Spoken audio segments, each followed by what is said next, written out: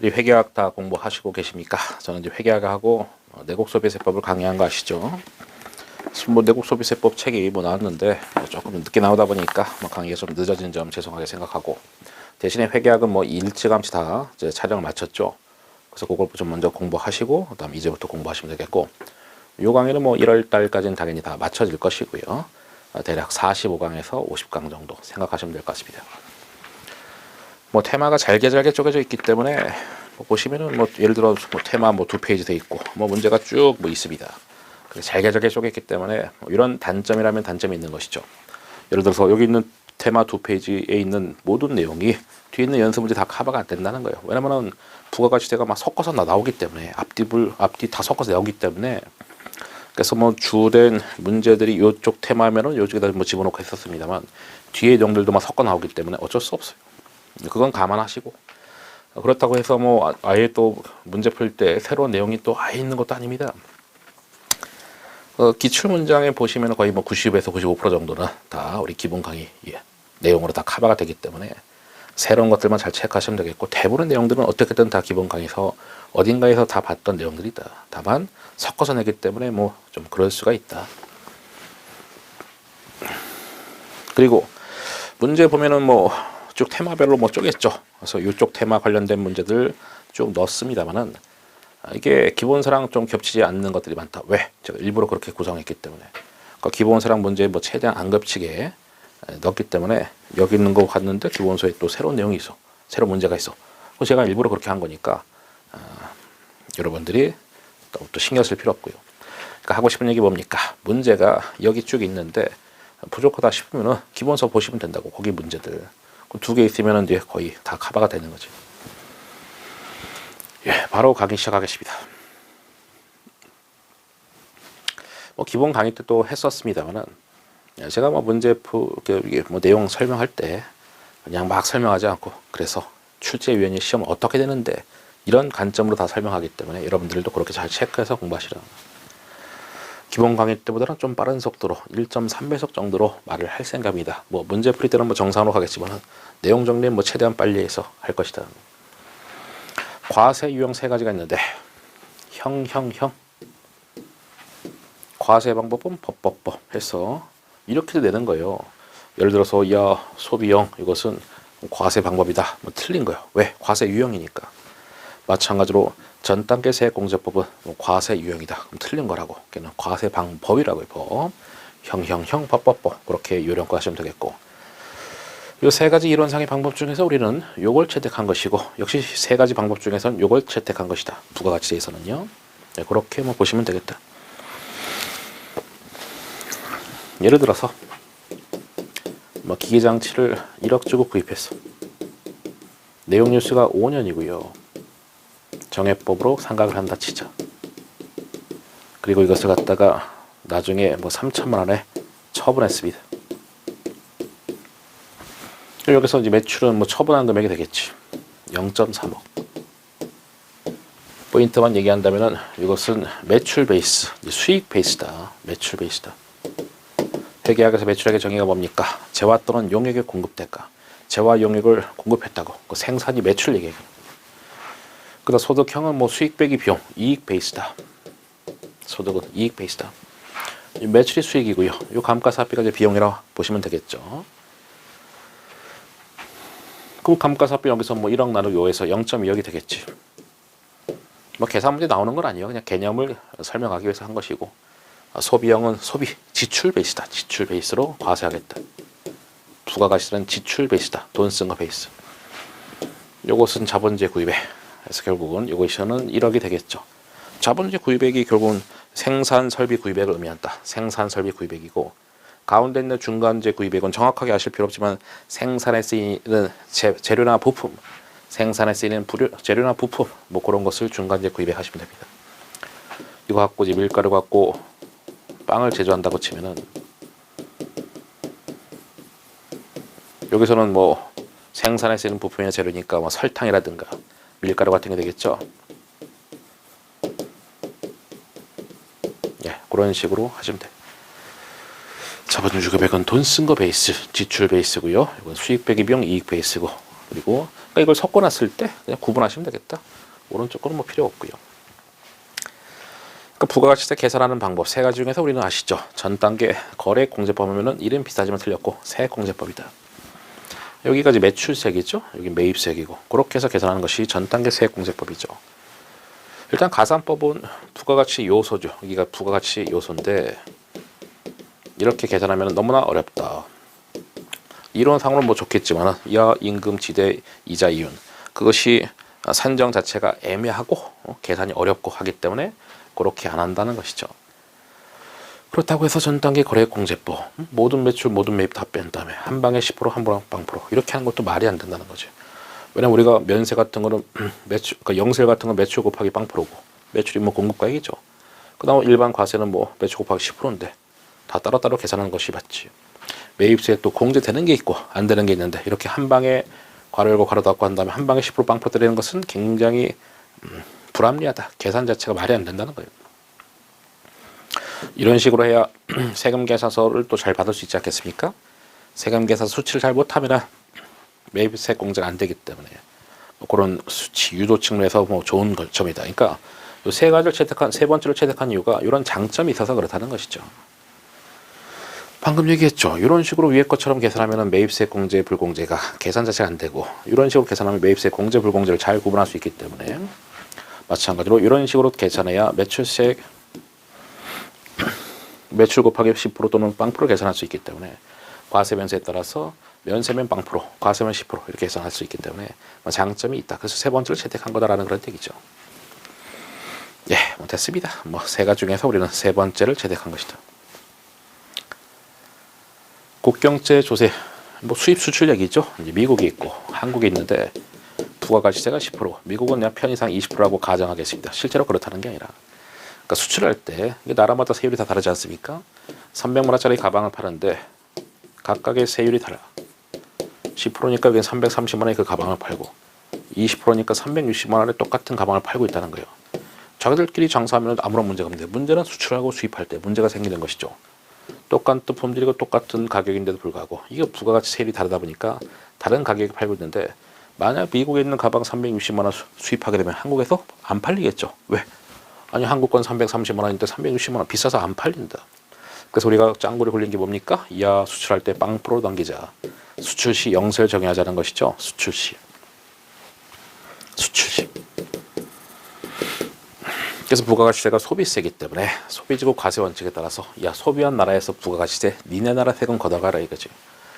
이걸 이제 우리가 수출했다는 것은 여기 미국에서 소비했다는 얘기 아닙니까? 미국에 있는 까만 머리 세관장이 20% 걷는 거지 수입자한테. 그렇죠? 그런 식으로 가는 거지. 그래서 소비한 나라에서 세금 걷겠다. 이거는 생산한 나라에서 세금 걷겠다는 것인데 아니죠. 부가가치세는 소비세입니다. 재화 용익을 소비한 것에서 거기다가 이제 세금 때리겠다. 물론 이제 수입할 때는 이런 구조가 되겠죠. 수입할 때 마찬가지죠. 미국에선 수출이니까 0%의 영세를 적용할 것이고 이번엔 한국에서는 뭐요? 한국에 있는 까만머리 세관장이 수입자한테 세금 걷는 거지. 기본적으로 10% 걷겠죠. 한국에 있는 까만머리 세관장이 수입자한테 10% 걷는다라는 것이죠. 이 수입자가 사업자든 사업자가 아니든 상관없이 수입자가 납세 의무가 있는 것이죠. 납세 의무자다. 우리가 한국에 있는 까만머리 세관장한테 10%를 낸다라는 그런 얘기입니다. 예, 됐어요? 그래서 기본 강의 때부터는 1.3배속으로 내용 설명하겠다 했었습니다. 법인세, 소득세는 소득세죠. 법인의 소득, 개인의 소득에 대해서 소득세인데 부가가치세는 우리가 소비세가 되겠죠. 재화용익을 소비할 때 10% 걷겠다라는 소비세고요. 그리고 또 법인세하고 소득세는 직접세지. 납세 의무자하고 담세자가 같다. 직접세.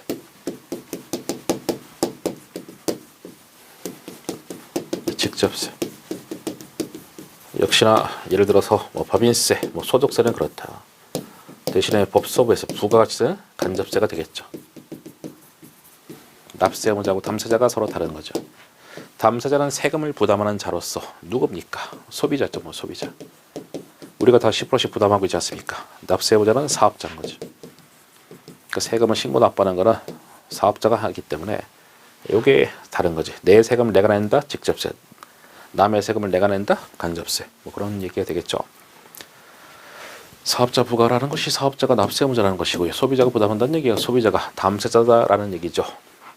이거 아까 소비지구 과세 원칙 할 때 부가가치세가 소비세 아니겠냐라고 했었고, 수출할 때는 0%로 넘기고 수입할 때는 뭐 10%로 과세한다. 아까 다 구조 설명드렸었죠. 여기는 개별 소비세랑 또 구분한 것인데, 요거는 부가가치세 얘기죠. 모든 재화 용역 공급했을 때 부가가치세 포괄적으로 과세하겠다. 다만 나중에 배울 개별 소비세는 열거주의가 되겠죠. 특정 열거된 것들만 과세하는 것이죠. 뭐 고가품, 사치품 이런 것들에 대해서 재화 용역을 이제 소비했을 때 이제 걷는. 어쨌든 둘 다 소비세긴 한데, 이거는 이제 포괄주의, 이건 열거주의다. 열거된 것만 과세하겠다. 원칙적으로 모든 재화 용역 공급했을 때 과세하겠다. 그런 얘기 되겠죠. 그다음 이제 비례세 10%죠. 원칙적으로 다 10% 아니겠습니까? 과표가 1억이든 1000만원이든 뭐 100억이든 간에 다 일정한 비율로 다 때린다. 비례세이다. 비례세. 그래서 뭐 다 똑같다 이런 얘기고, 다단계 과세 반대는 단단계 과세죠. 근데 우리는 다단계 과세죠. 그러니까 A 사업자가 B 사업자한테 재화용역 공급해도 10%를 걷는 것이고, A가 B한테, B 사업자가 C한테 재화용역 제공했을 때도 또 10% 걷는 것이고, C 사업자가 소비자한테 재화용역 제공할 때도 10% 걷는 것이고, 이게 뭐 다단계 과세가 되는 거죠. 단단계 과세하면 틀린 것이고, 과세 표준은 뭐 공급가액, 그것이 회계로 치면은 매출하고 흡사한 것이죠.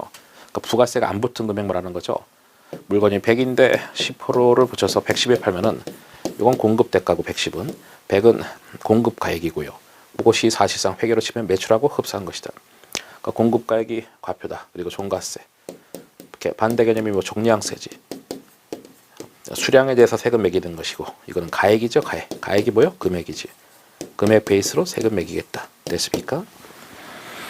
뭐 공급 가액이라는 가액 베이스로 세금 매기는 것이죠. 물론 법인세, 소득세도 마찬가지고요. 우리 뭐 부가가세만 알면 되지, 법인세, 소득세는 다 참고 설명입니다.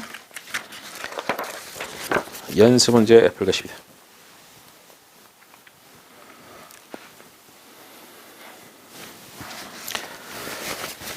어쨌든 뭐 전체적인 내용은 우리가 봤던 두 페이지의 주요 내용들이 있습니다만, 전체적인 또 기출 문제가 전체를 다 합쳐서 내는 것들이 많기 때문에, 그렇다고 해서 또 새로운 내용 아니라고, 기본 강의 때 어디선가 우리가 공부했던 그런 것들이 많다는 것이죠. 거의 대부분이 그렇다는 거지. 90% 이상은.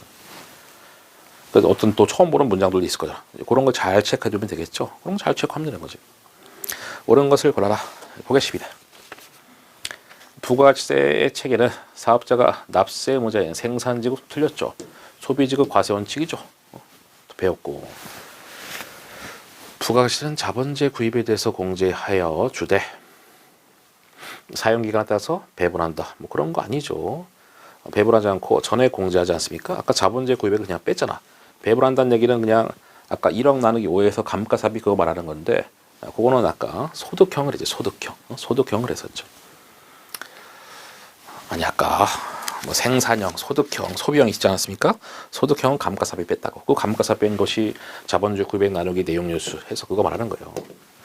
요거는 이제 소득형 말하는 거죠. 소득형. 근데 우리는 소비형이기 때문에 한 방에 다 뺀다라는 거죠. 아까 1억을 2천만 원 빼지 말고. 그래서 틀렸다고.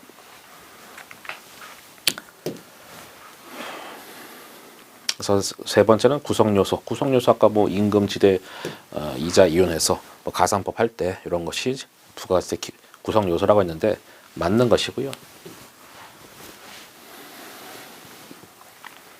그 다음에 전단계 거래 공제법은 수치 차율 중 이점이 있다. 아까 이점 있는 거 뭐라고 했습니까? 우리가 채택한 전단계 세공제법. 그게 여러 가지 장점이 있다 했지 않습니까? 그래서 이것이 틀린 것이다.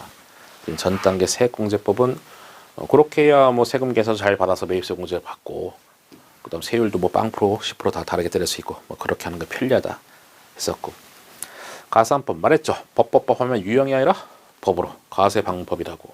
그래서 이렇게도 낼 수 있다. 아까 과세 유형은 말했잖아요. 뭐 소비형, 소득형 이렇게 해서 생산형 이런 식으로 해서 형이 들어가야 과세 유형이고, 법은 이제 과세 방법이다. 2번 문제 가겠습니다.